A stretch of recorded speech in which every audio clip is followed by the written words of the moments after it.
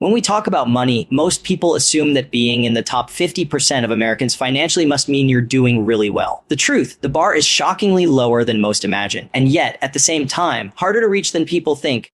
Because of the way money is spent and managed in the US. If you look at the most recent census and Federal Reserve data, the median household income in the US hovers around the mid-70,000 range. That means if you're earning just above that, you're technically doing better than half of the country. But here's where it gets tricky. Income alone doesn't define financial health. A lot of people who cross that line still feel broke living paycheck to paycheck. Why? Because income is only one piece of the puzzle. Now let's talk net worth. This is where things get eye-opening. The median net worth of American households is only about $120,000.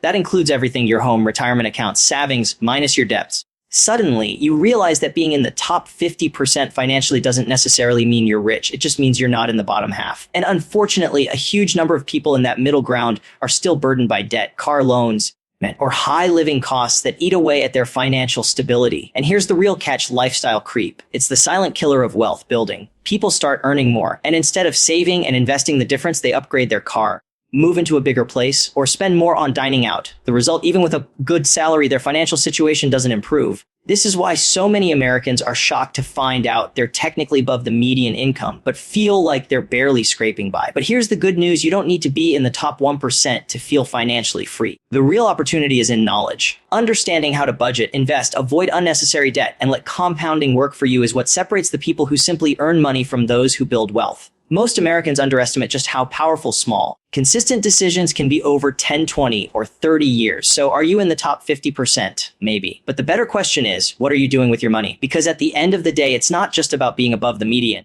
It's about whether you're moving toward financial independence or staying stuck in the cycle of just keeping up. Most people have a very skewed idea of what it actually means to be financially above average in the United States. And that misunderstanding starts with how they think about income. If you ask someone on the street what they believe the average American household earns, you'll hear numbers ranging anywhere from six figures to something far higher than reality. The truth is far less glamorous. According to the most recent data, the median household income is in the mid-70,000 range. That means half of American households are living on less than that amount each year. Bestman, what's even more surprising is that a significant portion of people who are actually earning more than this still don't feel financially secure, because perception often clouds reality. The idea that you need to be pulling in an incredibly high salary to be comfortable or above average isn't true. Statistically, being just above that mid-70,000 line puts you ahead of half the country, but most people don't recognize that. They assume that to be above average means earning $150,000 or $200,000 or more. This disconnect creates two problems. First, people who are genuinely doing well by national standards end up feeling like they're behind because they measure themselves against what they see on social media or in expensive coastal cities where costs are significantly higher. Second, people underestimate just how many households are struggling below the median, often working multiple jobs or relying on credit to make ends meet. The numbers reveal a hidden truth: the financial bar to be in the top half of earners is not as high as people think, but the struggle to maintain stability at that level is more common than most imagine. Another layer of misunderstanding comes from regional differences. Someone earning $80,000 a year in a small town in the Midwest is financially stronger than someone making the same in New York City or Los Angeles. National averages don't account for those cost of living variations. So many Americans earning above average salaries in expensive areas still feel broke. This is why the concept of being in the top 50% is so misleading. It sounds impressive, but depending on where you live, it might not feel any different from being in the bottom half. There's also a psychological factor at play. Human beings tend to normalize whatever income level they reach. The first time you cross a milestone like 70,000 or 80,000, it feels life-changing, but soon after, expenses rise, expectations adjust, and suddenly you don't feel wealthier than anyone else. This makes people overlook the fact that, statistically, they're doing better than millions of other households. They chase a moving target, believing that real financial success is always just out of reach, even when the numbers say otherwise. Understanding where the true median lies is important because it reframes perspective. If you're above it, that doesn't mean you've made it, but it does mean you have more opportunity to build security than half the population. Recognizing that fact can shift your mindset from feeling behind to realizing you're already ahead. And that awareness can be the first step in making smarter decisions with the resources you already have. When people think about financial success, they usually focus on income, but the reality is that income and net worth often tell two completely different stories.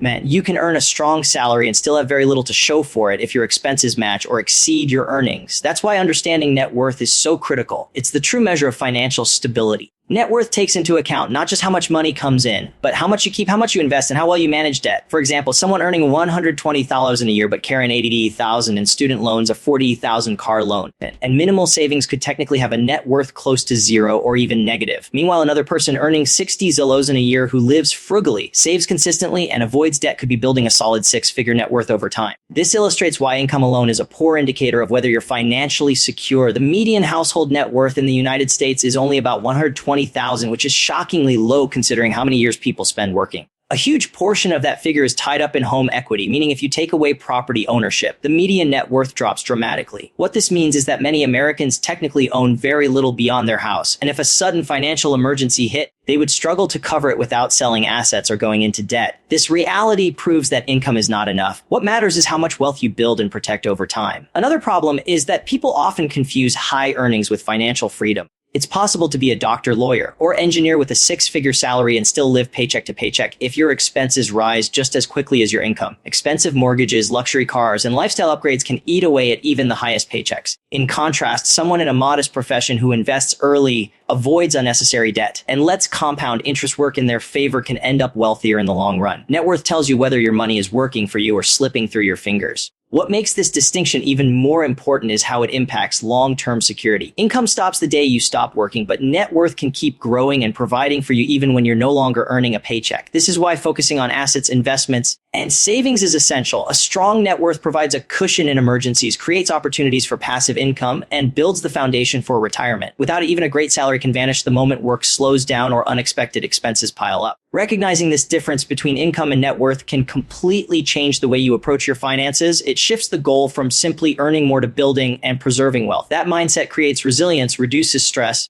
and ensures that financial progress is measured not by the size of your paycheck, but by the strength of the foundation you're creating for the future. One of the biggest reasons people fail to climb higher financially, even when their income improves, is lifestyle creep. It's a quiet trap that sneaks up on almost everyone. At first, you get a raise or land a higher paying job, and there's a sense of relief. You finally have more room to breathe. But almost instantly, that extra money starts to disappear because spending habits adjust upward. You move into a bigger house, buy a newer car, dine out more often, upgrade your phone, or take more vacations. What felt like extra income is suddenly just the new normal, and you're left wondering why your bank account doesn't look any different than it did before. Lifestyle creep is powerful because it doesn't feel reckless. Most people don't go out and spend irresponsibly all at once. Instead, they make small, incremental upgrades that feel deserved. A slightly nicer apartment, a slightly more expensive dinner, a slightly higher subscription bill. None of these decisions seem harmful on their own, but together they consume the raise or bonus you worked so hard to earn. Over time, and the pattern repeats with each income increase, and the result is that your financial position remains stagnant even as your salary grows. This phenomenon is especially damaging when combined with debt. For instance, if you finance a luxury car as soon as your income rises,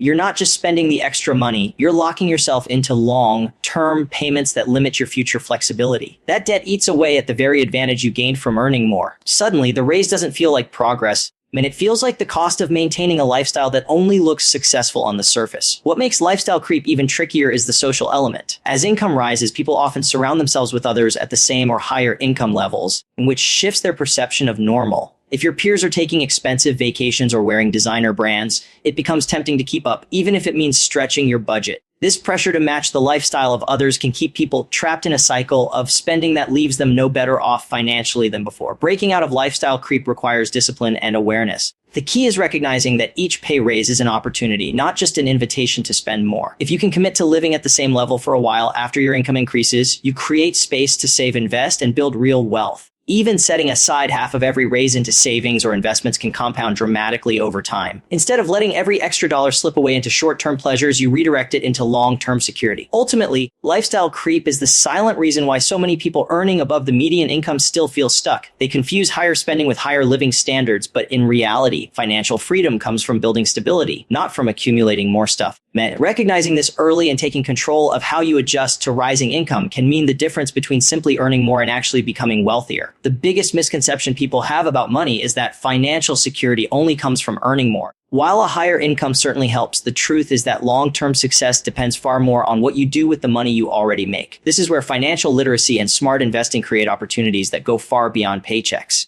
If you study the habits of people who build lasting wealth, you'll notice a pattern. They focus less on chasing bigger salaries and more on managing expenses, investing early, and allowing compounding to do most of the heavy lifting. That approach works regardless of whether you earn an average income or a six-figure one, because the principles are the same. Financial literacy begins with something as simple as budgeting. Knowing where your money goes every month gives you control over your future. Too many people drift through life without tracking their spending, which makes them vulnerable to debt and constant financial stress. A written budget or even a simple app that tracks expenses can reveal patterns you didn't realize were draining your resources. And once you have that awareness, you can make adjustments that free up cash for savings and investments. Even small changes like cutting unused subscriptions or dining out less frequently can create room to invest consistently. Smart investing is the second piece of the puzzle. While saving is important, money sitting in a bank account loses value to inflation over time. Investing allows your money to grow and work for you, creating wealth that extends beyond your active labor. The most powerful tool here is compounding, the process of reinvesting returns so that they generate even more returns over time.